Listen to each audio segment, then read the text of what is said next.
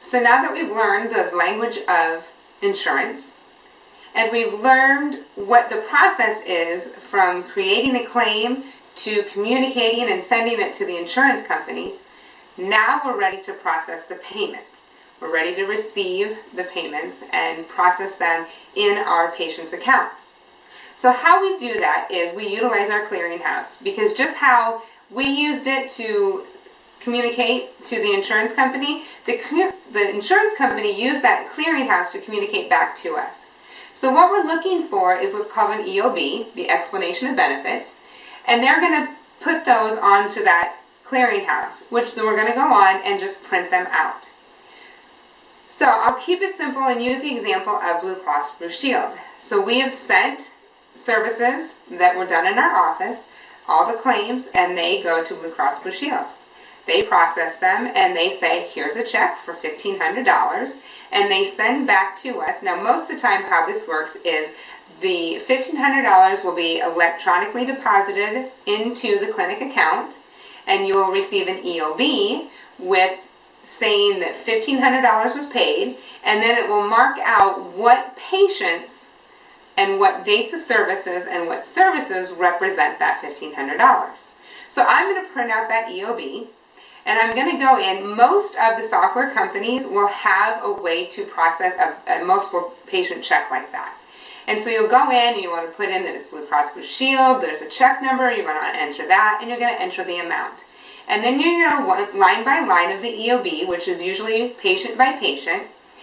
And in your downloads, I've created an example of what an EOB looks like and put in the information that is on there. Now that's not from a specific insurance company, it's just what I've used in our office. For HIPAA reasons, I didn't want to have to black out all the names and the this and that, so I just took the information and on an Excel gave an example of what an EOB is going to look like.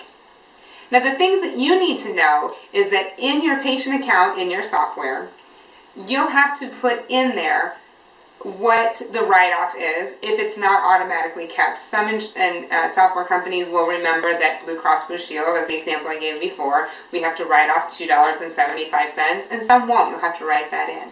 But what you're going to do is you're going to say Sally Smith, and you're going to go through, and the date of service was the first of the month, and this is what was charged. This is what is allowed, or the assignment. So this is what the write-off is, and this is what the payment is. And the insurance company is going to tell us with that EOB, if the patient still needs to meet their deductible before the insurance pays, then they're going to say it's the patient portion. If the patient has met the deductible and the insurance company pays a percentage and the patient pays a co-insurance, they're going to tell you what percentage Blue Cross Blue Shield is paying and what percentage the patient is paying on the EOB. Or with the example of a copay, and a copay is a set amount that you pay no matter what.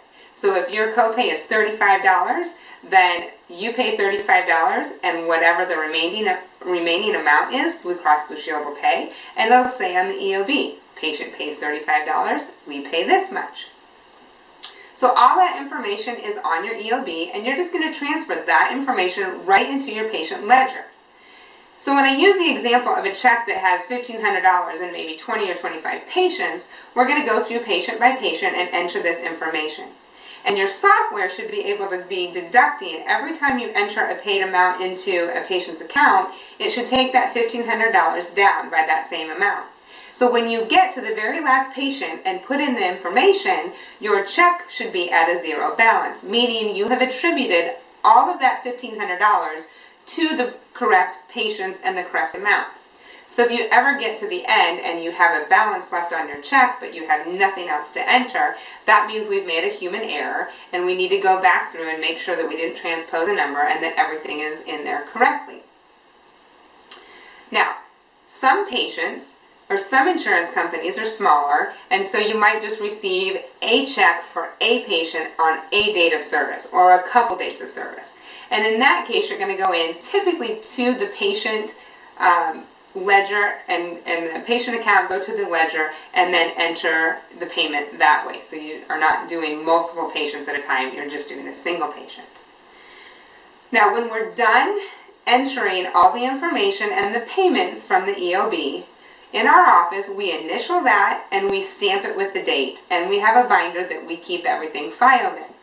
Now, the reason we initial that is because we're cross-trained in our office. So some, more than just our head billing person, knows how to enter checks. So if there's ever a question, we can look back and we know who entered it and on what date, and then we know who to go to instead of having the big fat question mark. It saves time and energy on trying to figure out where the mistake was made, or that person knows exactly how to answer the question. Now with Medicare, they have a lot of the same ways where we make that payment. However, what's different with Medicare is a lot of Medicare patients will have a supplemental insurance, which means they pay for an extra insurance coverage, which whatever Medicare doesn't pay for, their supplemental insurance will pick up. So when you're looking at an EOB from Medicare, you want to be conscious of a note at the bottom which will say remaining balance forwarded on to the supplemental insurance. So it might say remaining balance of $3.73 forwarded to Blue Cross Blue Shield, forwarded to United, whatever company they are utilizing for that secondary insurance. If the patient's EOB does not tell you it forwarded on to their supplemental, that means we need to forward it on. So what we do then is we're actually going to take that HCFA form and we're going to have to fill it out. Most of the time you don't have to do it manually. You can do it electronically, but then print it out on the HCFA form. And I'm going to take that HCFA form, I'm going to take a copy of the EOB, I'm going to put them together, and I'm going to mail it to Blue Cross Blue Shield or United or whatever their supplemental insurance company is. Now, for my record keeping, before I mail it to the insurance company, I'm going to make a copy of the EOB and the HCFA, and I'm going to date it and sign it, again, or initial it, and I'm going to put it in that patient's file. So if there's ever a question, did it get sent to the secondary insurance, we can say yes, and it was mailed out on the 3rd of the month, so you should be hearing something soon. We at least have that, so it's a very quick reference to know exactly what, when, and where. So with Medicare, you want to make sure that you are aware of if that supplemental is getting sent off or not. And if it's not, then that's our responsibility to send in a paper claim of the HCFA. Now, once we've gone through our EOBs, there can be times where you'll see a patient, let's say Mary Smith, and there was no payment. Now on that EOB, there's going to be a message code, and it's going to tell us why there was no payment, why the claim was denied. And we're going to take that and we're going to look at it, and if it's something like our diagnosis, a modifier, if it's a duplicate claim, if more notes being needed, whatever the problem is, we're going to go back into Mary's account and we're going to go to that date of service and we're going to make the changes that need to be made. We're going to do a replacement claim and resubmit it. So the next time it'll get picked up in our batch services and our EDI claim batches and sent to the insurance company. And once we've made those changes, then we should be receiving payment. Now, if we don't know why we haven't received payment, the first thing we're going to do is we're going to call that insurance company and we're going to request to talk to someone in benefits and eligibility. And we're going to have that patient's original file with us that had that sheet that we talked about in the second video for their benefits that we write down and keep in their folders. And we're going to verify that the information we were given is the same as what we have, which is the same as what we have in the computer, which is what is being communicated. Now, if all that information is the same, we're going to make sure that we have the name of the representative on the phone with us at that time. And we're going to be asked then to be transferred to the department that deals with the denials. And we're going to very politely be able to say that, you know, Susie has just told me that what I have in front of me is correct, and so I'm not sure why Mary Smith did not get payment on this claim. And if you don't know why, then that's the person to talk to. Whenever we have a denial, that's the time where we have to put more effort into the insurance company and follow up to make sure we get paid.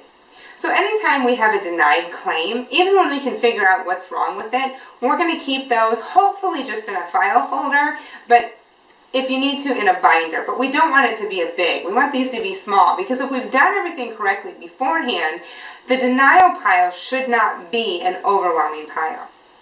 And this is something that we want to take care of on downtime, when we have set aside downtime to go through and follow up on these.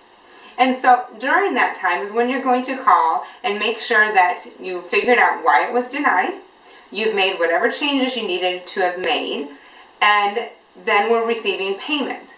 Now, if we're not receiving payment on these, that's when we're continuing to follow up to see where they are in the process. So we have that binder that we can go through and we can watch our denied claims and waiting for the payments. We're also going to twice a month run our AR report, which is our age report. So it's going to tell us what hasn't been paid for 30 days and 60 days. And so we can look at that and compare that to our denied files or our denied EOBs and see where we are and be working through it in that way. But when we have a system so we know where those are and we can be following up on them, then we have a higher chance of that being paid back to us. Now, in our office, we utilize a team bonus. And so if your office utilizes a team bonus, financial guys, gals, this is where it makes a big difference. When you follow through and are successful, then we're all reaping the benefits because we're looking at collections and we're all doing our part, making sure information is correct, front desk making sure that charges are what they should be. They're not more, they're not less, they're exactly what they should be, which means less work for our insurance or billing CA. All coming together, working together to make sure that we have efficiently run offices. And the financial integrity is on the shoulders of our financial CAs because you guys are the ones that are making sure that payments are coming in a timely manner and processing them so that we can keep the doors open, we can run an effective and efficient office, and for you as CAs get to have this training and hopefully other trainings where you get to go and experience chiropractic through other seminars. But we can't do that. Our doctors can't do that if we don't have a healthy financial status in the office. So taking this responsibility seriously means that you are promoting the health and wealth of your office, which means the health and wealth of your community can expand because we know the more people under chiropractic care, the better and healthier our community is. So just by taking your responsibilities through all the collection procedures and doing it with pride and doing it with efficiency and having your overall outcome of a collection of 95% and above means that you have an office that can really make a big impact and educate because you have the resources financially to go out and make the impact on your community. Keep up the good work and we'll talk to you soon.